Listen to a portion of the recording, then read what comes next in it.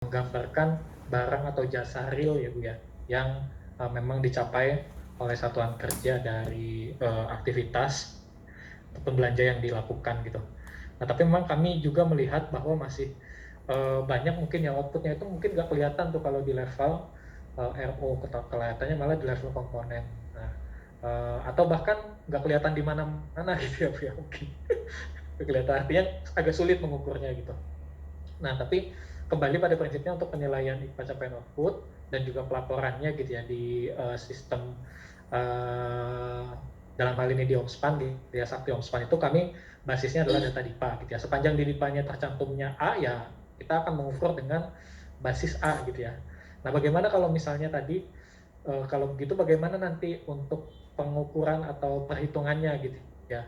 Misalnya untuk target RO satu lembaga. Nah, ini perlu dilihat dulu konteksnya Bu ya. Satu lembaga ini sebenarnya di dalamnya itu berupa apa sih? Apakah dia sifatnya itu layanan gitu ya. Artinya misalnya katakanlah RO satu lembaga itu adalah RO-nya itu berupa kegiatan aktivitas monitoring ataupun asistensi misalnya gitu ya. Asistensi ataupun kalau misalnya di kami analoginya di KPPN itu outputnya berupa misalnya 83 satuan kerja. Nah, satuan kerja ini adalah satuan kerja yang mendapatkan layanan perbendaharaan, baik itu catat XP2D, rekonsiliasi, maupun layanan-layanan lainnya gitu ya. Sehingga sebenarnya kalau misalnya konteksnya seperti itu, substansinya seperti itu, kami bisa biasanya kami propose bahwa ya sepanjang layanannya sudah dilakukan gitu ya, sejak bulan Januari maka bisa langsung diakui gitu. Contohnya misalnya untuk satu lembaga dia tadi dia sifatnya layanan dan itu layanannya itu dilakukan sepanjang tahun, aktivitasnya banyak gitu ya, aktivitasnya banyak beragam gitu ya, itu bisa langsung diakui layanannya itu satu gitu di bulan Januari. Kenapa? Karena secara prinsip layanannya pun memang sudah dilaksanakan gitu ya. Secara prinsip layanannya sudah dilaksanakan. Jadi kalau kita lihat di sini dia bisa dianalogikan atau digambarkan dengan model non tahapan ya Bu ya. Jadi di sini misalnya satu lembaga gitu ya. Sejak awal tahun, sejak bulan Januari, dia itu bisa diakui langsung satu lembaga, artinya sudah dilakukan aktivitas layanan kepada satu lembaga, entah itu asistensi, monitoring ataupun apapun gitu ya. Nah, ini sudah bisa diakui sejak awal tahun. Nanti tinggal progresnya yang akan naik naik secara progresif ya tiap bulannya gitu ya. Nah, progresnya ini bisa dihitung dari katakanlah periode atau bulan yang sudah dilalui, karena katakanlah misalnya tiap bulan itu layanannya itu cenderung berulang, dilakukannya itu ya sama gitu ya. Kayak misalnya kalau di KPPN tadi analoginya, ya tiap bulan itu ada proses pelayanan layanan SPM, penerbitan SP2D, layanan rekonsiliasi gitu ya, kemudian CSO ataupun lain-lain gitu. Nah, itu bisa diakui basisnya bulanan ataupun aktivitas lain Bu, katakanlah aktivitasnya misal asistensi lembaga gitu ya. Dalam setahun itu ditargetkan ada kegiatan asistensi berupa pembahasan ataupun pembahasan misalnya sebanyak 12 kali ya. Nah, maka tiap satu kali kegiatan gitu ya itu bisa diakui 1/12 gitu ya, 8,3%. Nah, mungkin analoginya seperti itu Bu ya gambarannya. Jadi kembali lagi ke konteks outputnya seperti apa.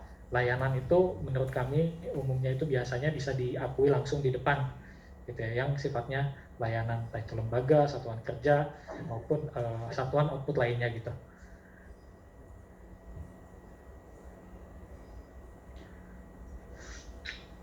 Nah, mungkin Ada untuk tambahan dari Pak pertanyaan Tommy? pertama Bu ya.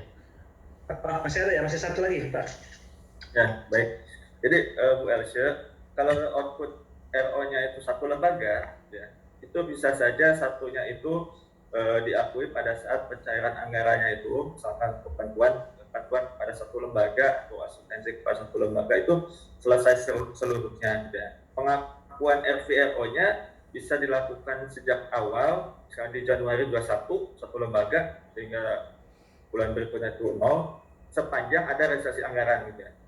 Atau dia pengakuan RVRO-nya itu satu lembaganya itu dicatat di bulan Desember saja gitu, pada saat realisasi anggarannya itu terserap secara penuh. Ya. Dalam konteks penilaian kinerja, ya. Nanti penilaian kinerja di IKPA ini akan mengacu pada persentase progres yang dilaporkan oleh Bu Elsa ini atau Satker itu terkait dengan satu lembaga. Misalkan bisa saja PCRO-nya disamakan dengan realisasi anggarannya. Misalkan untuk satu lembaga ini, gitu ya, alokasi anggarannya itu 100 juta. Di bulan April disalurkan 50 juta, maka PCRO-nya 50%, tapi RVO-nya 0. Atau PCRO-nya 50%, tapi sudah diakui sebagai satu lembaga. Ini dalam konteks ini harus menyelaraskan karena nanti implikasinya untuk penilaian kinerja di SMART kan berdasarkan volume fisik ya. Sebaiknya sih satu lembaga itu bisa diakui di awal. Pada saat ada realisasi anggaran, maka bisa diakui sebagai satu lembaga, meskipun akan kelihatan belum selesai karena PCRO-nya belum 100% gitu ya. Nanti PCRO-nya bisa diselaraskan dengan realisasi anggarannya. Kalau realisasi anggaran 10%, PCRO-nya 10% itu boleh. Karena sifatnya adalah penyaluran dana saja seperti itu. Jadi seperti yang Mas Febri tadi sampaikan, dilihat dulu konteks satu lembaganya seperti apa. Apakah ada kegiatan atau hanya menyalurkan dana saja seperti itu. Mungkin demikian tambahan dari saya, Pak Taufik, Bu Elsa. Terima kasih. Ya, izin mungkin Mas Tommy menambahkan satu lagi ya yang terkait Renkas tadi Bu ya. Sebelumnya mungkin boleh kami sampaikan Bu ya, kalau Renkas itu kita lihat dulu apakah satkernya itu punya transaksi Renkas atau enggak gitu ya. Kalau dia tidak punya transaksi Renkas, nilainya itu memang akan 0 Ibu ya. Dan bobotnya juga 0. Artinya tidak diperhitungkan dalam nilai akhir gitu ya. Tidak diperhitungkan dalam nilai akhir IKPA. Nah, nanti mungkin boleh dicek dulu apakah memang tidak ada transaksi Renkas gitu ya. Artinya bobotnya 0 sehingga nilainya juga 0. Nah, itu nanti seharusnya sih seperti itu sih yang case-nya gitu yang terjadi.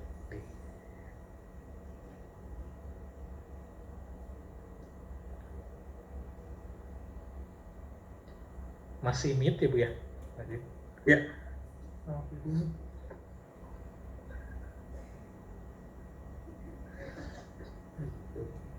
Baik Pak Tommy dan Pak Febri,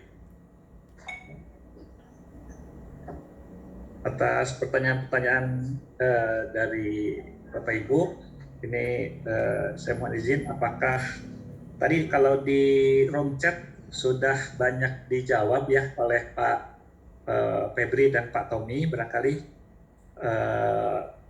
namun saya kira ini bisa di-share juga nanti oleh teman-teman pertanyaan-pertanyaan dan jawaban. Saya kira ini sangat membantu sekali buat kita ya dalam menyelesaikan atau mengisi output capaian-capaian output, karena nilai capaian output yang sangat signifikan ya 25%, barangkali ini harus kita perhatikan juga, jangan sampai nanti pengalaman tahun 2022